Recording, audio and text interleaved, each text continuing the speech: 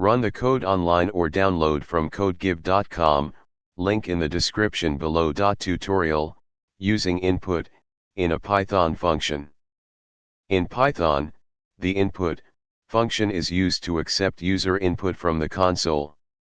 Incorporating input within a function allows you to create interactive programs where users can provide input to perform various tasks.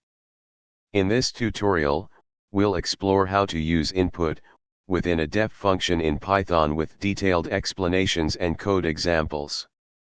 One basic syntax of the input function. Before diving into using input within a function, let's understand its basic syntax. 2. Creating a function with input. Now, let's see how to use input within a function. 3. Example, using the function. After defining the function, you can call it to execute the code inside it. This will output. 4. Handling user input.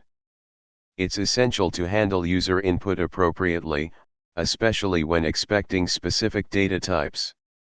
You can use conversion functions like int or float to convert input into numerical data types. Here's an example. This function calculates the square of a number entered by the user. 5. Error handling. When working with input, it's crucial to anticipate and handle potential errors, especially if the input can't be converted to the desired data type. You can use try and except blocks for error handling.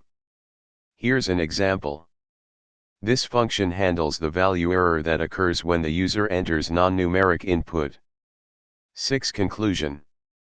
In this tutorial, you learned how to incorporate the input function within a def function in Python.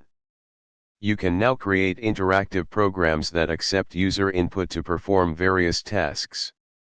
Remember to handle user input and potential errors appropriately to ensure your program's robustness. 7. Additional resources.